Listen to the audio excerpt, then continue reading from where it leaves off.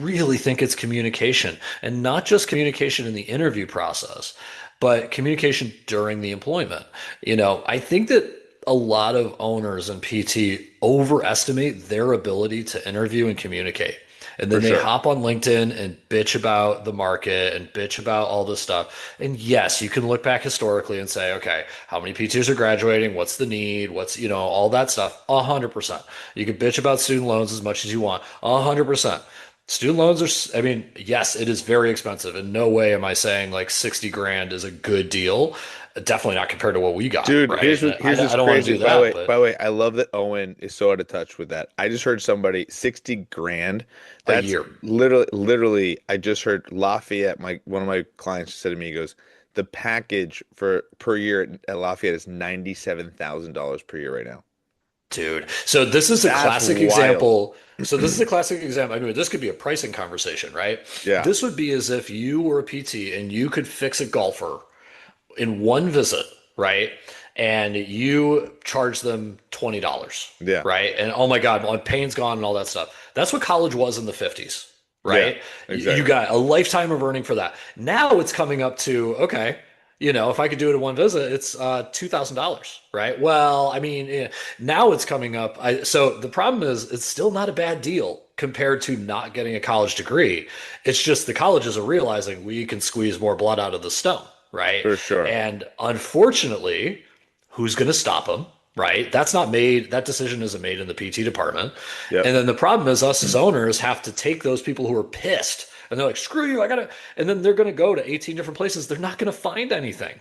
Every owner's in the same boat. So it comes down to your communication. It comes down to you saying, look, these are the numbers. This is what I need to make my money, right? Because you didn't start a business. I started the business.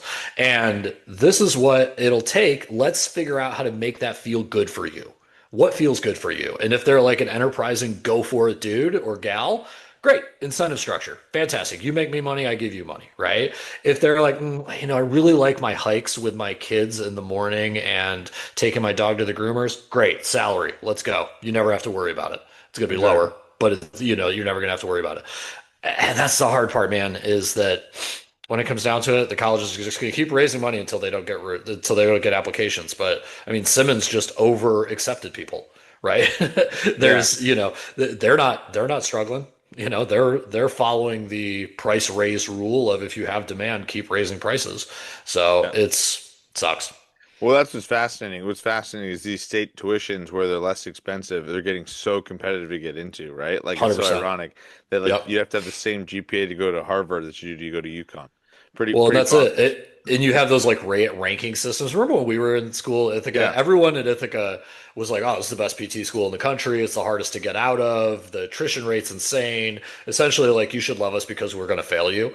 And Yeah, then like the exactly. rankings first came out, right? And like Wash U, USC, Duke were all at the head, and all of our professors were like, "Well, yeah, that's because they're in a med school and they have an orthopedic department, so they have four human analysis labs, and all that's bullshit. We're actually the hardest one, and blah blah blah." Now, my God, people are online being like, "Well, if I don't get into USC, I'll never get a job." And then you have like an old school PT who's like, "Dude, go to state school." Yeah, for like, sure. For sure. I do not care where you came from, This is a right? very fascinating tornado that's only going to continue to get crazier and crazier, right? Yeah. And so I think a lot of that in the cash-based world with healthcare is only going to be continue to become more and more privatized, where people are going Mhm. to have to do that. So Well, and this is it. And if you have an employee in front of you, I think you have to be very good at reading them.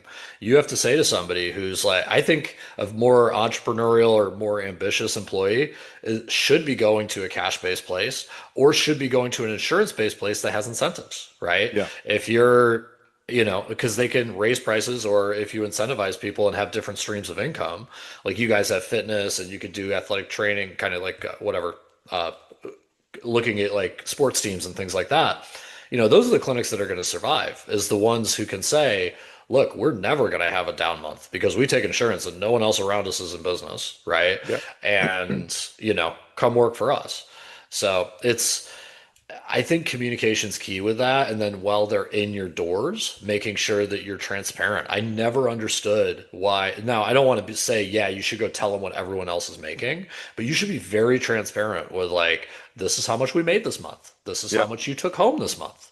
this is how much we have for me to have a business. In order for me to have a business, I need to be able to do XYZ. Let's talk about why this is hard, right?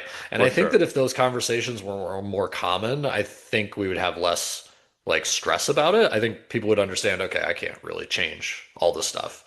Now, if you're a dick owner and you want to just rake your employees over the coals, then yeah, okay. You're not even listening to this podcast. But Yeah, if you I want think to, if you want to be good, like that's what you should do.